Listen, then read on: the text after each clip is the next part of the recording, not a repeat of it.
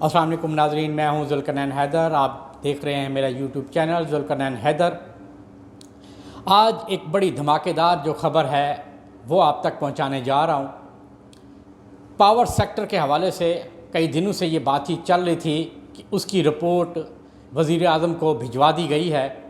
اور مافیا کی جانب سے دباؤ ڈالا جا رہا ہے کہ وہ کسی بھی طریقے سے وہ رپورٹ پبلک نہ ہو۔ لیکن آپ کو پتہ ہے وزیر اعظم عمران خان کا، وہ اس معاملے میں ہلکا سا بھی نہیں گھبراتے، کسی دباؤ میں تو آتے ہی نہیں ہیں۔ آج پاور سیکٹر کی جو رپورٹ ہے وہ پبلک کرنے کی باضابطہ وفاقی کابینہ نے منظوری دے دی ہے اور وزیر اعظم نے ہدایت کی ہے کہ تمام ایسے لوگ جو پاور سیکٹر میں ملوث ہیں اور وہ اربوں روپے کا غیر قانونی طریقے سے منافع لیتے رہے ہیں، ان کی رپورٹ پبلک کی جائے۔ پاور سیکٹر میں کتنے پیسوں کا گھوٹالہ ہوا ہے یہ میں آپ کو بتاتا ہوں۔ تقریباً اب تک کی جو رپورٹ کے مطابق 1000 ارب روپے جو ہے اضافی وہ جو پاور کمپنیاں ہیں انہوں نے منافع کی صورت میں، دیگر مراد کی صورت میں وہ پیسہ کمایا ہے، شیئر کی صورت میں پیسہ کمایا ہے، اور ان میں بڑے بڑے لوگ شامل ہیں۔ اور عرصہ یہ وہی ہے 2011 سے 2018 تک، یعنی پیپلز پارٹی اور نون لیگ دور میں یہ سارا گھوٹالہ چلتا رہا ہے۔ حکومت نے ان سیکٹر کو بھی نواز دیا۔ پیپلز پارٹی نے آغاز کیا، یہ آئی پی پی کا وہاں سے شروع ہوئے اور پھر یہ سلسلہ نون لیگ دور تک جاری رہا اور 1000 ارب روپیہ اب تک سامنے آ چکا ہے کہ اس میں گھوٹالہ کیا گیا ہے۔ اب میں تھوڑی سی آپ کو تفصیل اگر بتاؤں تو سب سے پہلے اس پاکستان کا اور شریف خاندان کے بڑے ہی قریبی میاں منشا گروپ کا ذکر کروں گا کہ میاں منشا گروپ نے اپنی 4 کمپنیوں کو ان کا حصہ ڈالا پاور سیکٹر میں۔ اور اگر میں بتاؤں تو نشاط چونیا ہے اور ان کی کمپنی ہے، پھر نشاط پاور ہے، وہ بھی اس نام سے بھی کمپنیاں ہیں۔ ان 2 کمپنیوں کا جو ڈیٹا اب تک سامنے آیا ہے وہ یہ ہے کہ نشاط چونیا نے 3.67 ارب روپے کی سرمایہ کاری کی تھی ٹوٹل، اور جبکہ اس میں انہوں نے 2011 سے 2018 تک 10.49 ارب روپے صرف منافع کمایا، اور 2 سے 3 سال میں اپنی جو سرمایہ کاری ہے وہ بھی واپس نکال لی تھی۔ اسی طرح نشاط پاور ہے، انہوں نے 9.33 ارب روپے سے زائد کی رقم جو ہے وہ حاصل کی۔ رپورٹ جو اب تک جو کچھ پوائنٹ سامنے ہیں اس کے مطابق کہ اگر ان 2 منصوبوں کو عمر پوری ہونے تک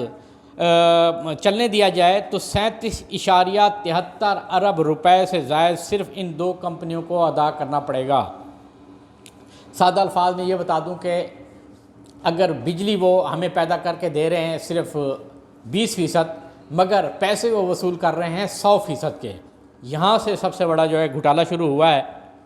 اس کے ساتھ اگر میں آگے چلوں تو ندیم بابر ہیں جو کہ حکومتی وزیر بھی ہیں، ان کی اورینٹ پاور ہے، انہوں نے 1.7 ارب سے زائد کا جو منافع ہے وہ نکالا،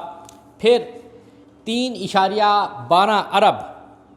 ڈیویڈنڈ کی صورت میں نکالا، یعنی یہ کہا جاتا ہے کہ جو شیئر ہولڈر ہوتے ہیں ان کو پھر الگ سے پیسے دینے پڑتے ہیں، وہ انہوں نے پیسے الگ سے لیے۔ پھر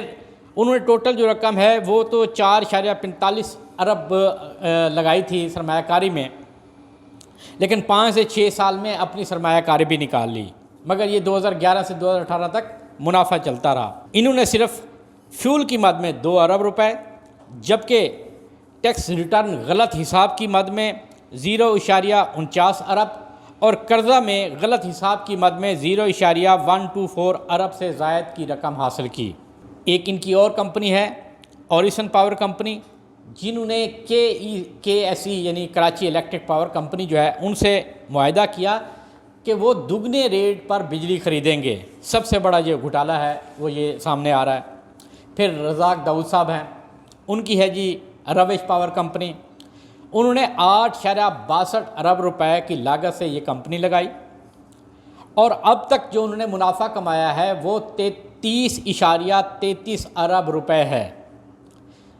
جبکہ 11.98 ارب روپیہ وہ شیئر کی مد میں وہ الگ سے لیے ہیں۔ اگر ان پیسوں کو ملائیں تو پھر یہ 40 ارب سے بھی اوپر جاتا ہے۔ اسی طرح اگر بات کریں جہانگیر ترین کی بھی آتی ہے کہ JWD ان کے 2 یونٹ تھے جنہوں نے 3.85 ارب روپے منافع کمایا۔ اچھا ماشاءاللہ شریف خاندان جب بھی کوئی کرپشن کا سکینڈل سامنے آئے گا، شریف خاندان کہیں آپ کو غائب نظر نہیں آئے گا، وہ بھی ضرور شامل ہوگا۔ سلمان شہباز شریف صاحب کے صاحبزادے چنیوٹ پاور کمپنی کے نام سے انہوں نے یہ پاور پلانٹ لگایا اور 1.3 ارب روپے کی سے زائد کی جو رقم ہے وہ انہوں نے منافع کی مد میں حاصل کی۔ یہ وہ پوائنٹ ہیں جو ابھی تک حاصل ہوئے ہیں۔ جب یہ رپورٹ پبلک ہوگی تو پھر اور بھی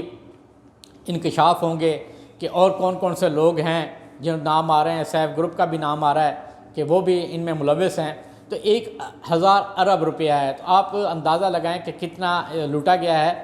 ذرائع یہ بتاتے ہیں کہ اس رپورٹ کو روکنے کے لیے وزیر اعظم عمران خان پر شدید دباؤ ڈالا گیا کہ وہ یہ رپورٹ پبلک نہ ہونے دیں، تاہم وزیر اعظم کی جانب سے یہ واضح طور پہ پیغام دیا گیا کہ وہ کسی قسم کی دھونس، دباؤ، پریشر وہ برداشت نہیں کریں گے اور ہر صورت جو ہے